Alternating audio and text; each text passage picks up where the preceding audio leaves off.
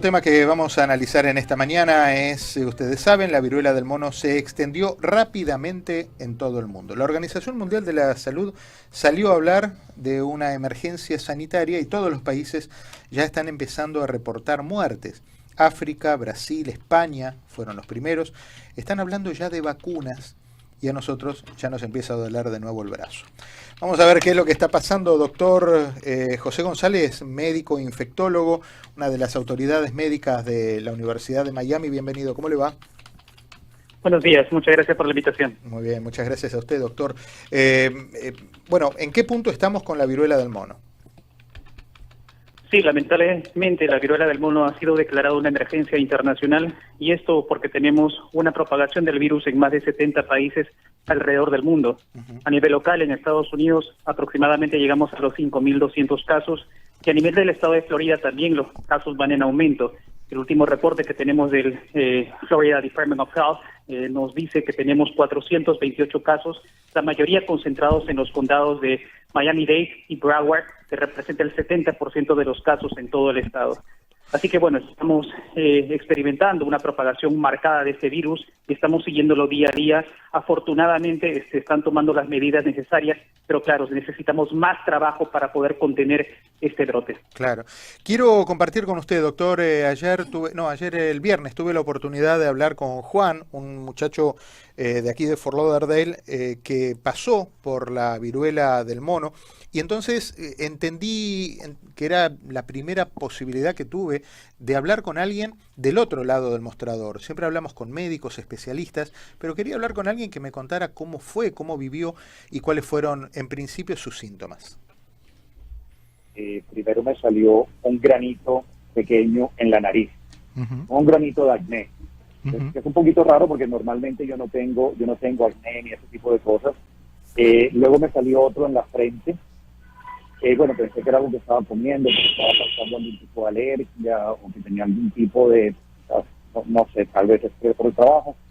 Después de eso me inició un dolor de cabeza muy fuerte, pero era un dolor de cabeza completamente anormal. O sea, nunca había sentido algo así, no se puede comparar ni siquiera con una migraña. Era un dolor de cabeza como si me estuvieran dando como un martillo detrás de la cabeza.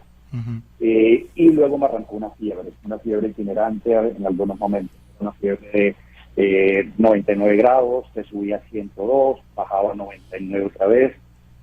Cuando la fiebre se me subió a 105 grados, me fui a la sala de emergencias, claro, preocupado para que me atendieran. Esos son los síntomas que vivió él. ¿Esos síntomas son en general los que puede llegar a padecer cualquier otra persona? Sí, exacto. La viruela del mono se caracteriza por estas lesiones en la piel que son denominadas vesículas y son muy dolorosas según el testimonio de muchos pacientes afectados por esta enfermedad. Pero también hay que destacar que puede estos pacientes cursar con síntomas inespecíficos muy similares a lo que es la influenza. Y me refiero, como describe el señor, fiebre, escalofríos, dolor de cabeza, dolores musculares, articulares. Así que, bueno, hay que tener una sospecha diagnóstica muy alta ante estos síntomas en cualquier persona que esté en riesgo o al menos ha estado en contacto con algún paciente con un diagnóstico confirmado de viruela del mono. Una de las cosas que más me llamó la atención fue cuando me contó cómo trataron su diagnóstico y cómo llegaron a la conclusión de que fuera viruela del mono. Fue un proceso largo. Lo primero que hicieron fue hacerme pruebas para enfermedades de transmisión sexual. Pensaron que tal vez podía ser algún tipo de estas enfermedades de transmisión común que me estaban generando este tipo de síntomas, y me dieron unos antibióticos para este tipo de enfermedades. Claro. Que tal vez me ayudaron un poco con la fiebre. En ese momento la fiebre se controló y me mandaron a casa.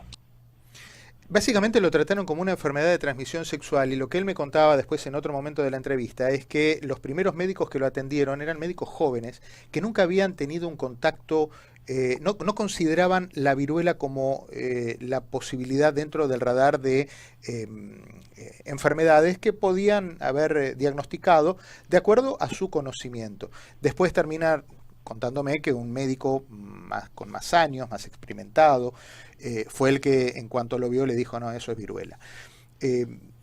¿Usted considera que hay también muchos profesionales que han tenido, por supuesto, una experiencia en libros sobre lo que es la viruela, pero que al haber estado erradicada durante tantos años, tengan que poner un poco a refrescar algunos conceptos en virtud de este rebrote? Sí, exacto. Hay que recordar que la viruela del mono es una enfermedad relativamente nueva del mundo. No hemos tenido viruela del mono, bueno, al menos no de esta magnitud por muchos años. El último brote que se descubrió en Estados Unidos fue en el 2003, asociado con algunos animales que vinieron de África, importados del África. Existe todavía una curva de aprendizaje en los profesionales de salud, pero yo creo que mientras más vayamos avanzando, yo creo que los profesionales van a tener los conceptos muy claros para hacer un diagnóstico temprano y un tratamiento adecuado. Costó mucho generar conciencia en la vacunación del COVID en la gente. Usted y yo lo hemos venido hablando los últimos 2 años, doctor, en la radio, en la televisión, de la importancia de la vacunación. Y ahora aparece la viruela del mono, y aparece otra vez el tema de la posibilidad de la vacunación. Muchas generaciones estamos vacunados por una cuestión de años. En la época que éramos chicos nos vacunaban. ¿Estamos protegidos con aquella vacuna? ¿Se sabe si a lo largo del tiempo la vacuna sigue vigente o es simplemente que como no había viruela, nadie se contagiaba? Y segundo, ¿existe la posibilidad de que sea necesario volver a vacunarnos? Sí, bueno, en realidad con respecto a la vacuna, al momento ya se está vacunando en Estados Unidos, pero a las poblaciones que se consideran de alto riesgo.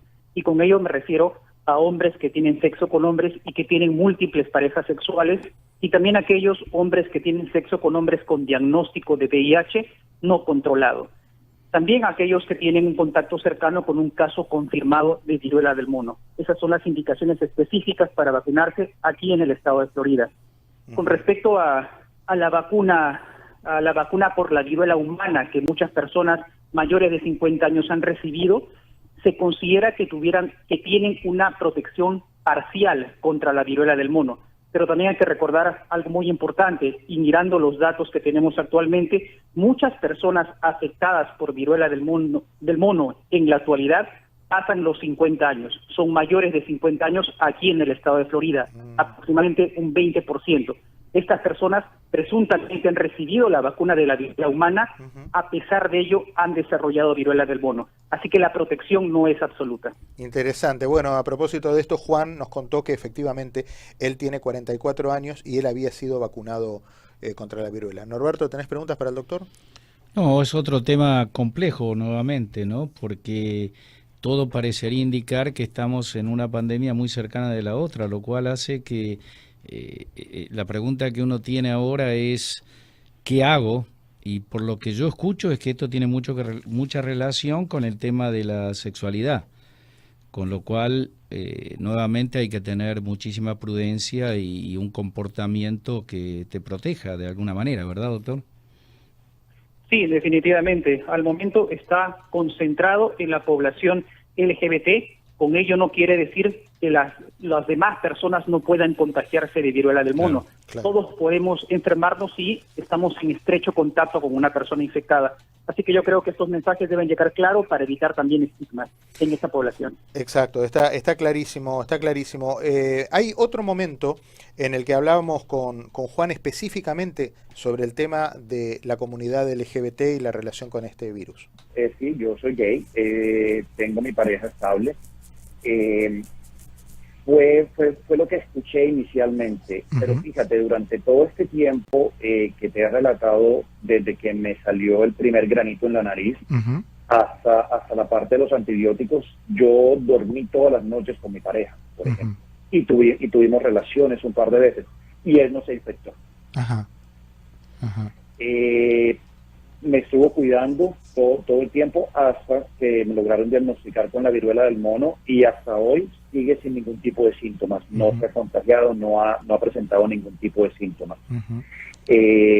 Con respecto a mis amigos, sí, tengo varios amigos que han salido positivos, también amigos que son parte de la comunidad LGBT, aquí en Miami, en Chicago, en Washington.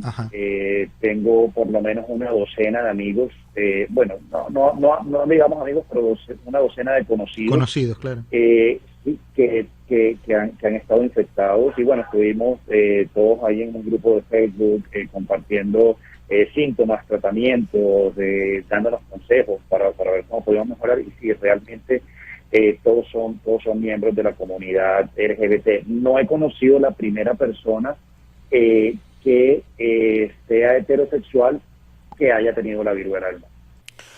Bueno, doctor, dejamos un minuto la viruela a un costado y le consulto sobre el presidente Biden. El presidente dio de nuevo positivo al COVID, le achacan la responsabilidad al Paxlovid, un tratamiento de Pfizer que negativiza, pero que al poco tiempo, según las referencias, vuelve a presentar rastros, pero no síntomas. ¿Qué me cuenta de esto? Sí, es un fenómeno descrito como síndrome de rebote asociado al tratamiento de Paxlovid. Pero hay que reconocer que este síndrome de rebote es muy infrecuente. Aproximadamente 0.8% de personas que son tratadas con este medicamento pueden desarrollar síntomas luego de haberse recuperado y también positividad de las pruebas moleculares o de antígenos. Sin embargo, hay que mencionar que estos síntomas de rebote son en su mayoría leves y prácticamente no vemos hospitalizados por este síndrome. Así que yo creo que es algo que se tiene que vigilar constantemente, pero afortunadamente parece ser un episodio muy infrecuente y de categoría leve. Las pruebas que mostró el presidente Biden para confirmar su negatividad fueron las pruebas caseras. En ningún caso, por lo menos hasta donde yo he revisado, mostró PCR. Mostró una prueba negativa el martes a la noche, otra el miércoles a la mañana y arrancó. ¿Eso confirma lo endeble de las pruebas domésticas o simplemente es el tratamiento del Paxlovid que pudo haber conspirado para que volviera a estar positivo? Sí, hay que recordar que existen muchas limitantes de las pruebas diagnósticas y también recordemos el concepto de que la prueba molecular PCR puede persistir positiva por mucho tiempo, incluso si la persona ya se considera no infeccioso o curado completamente del coronavirus, porque detecta rastros de ADN o ARN en este caso.